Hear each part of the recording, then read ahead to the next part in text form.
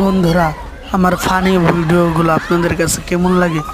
যদি একটু ভালো লেগে থাকে অবশ্যই চ্যানেলটা সাবস্ক্রাইব করে দিবেন আর আমার সাথে থাকবেন। আমি খুব অসুস্থ, সবাই আমার জন্য দোয়া করবেন। দেখতে থাকুন, আশা করি সবার কাছে ভালো লাগবে। ধন্যবাদ।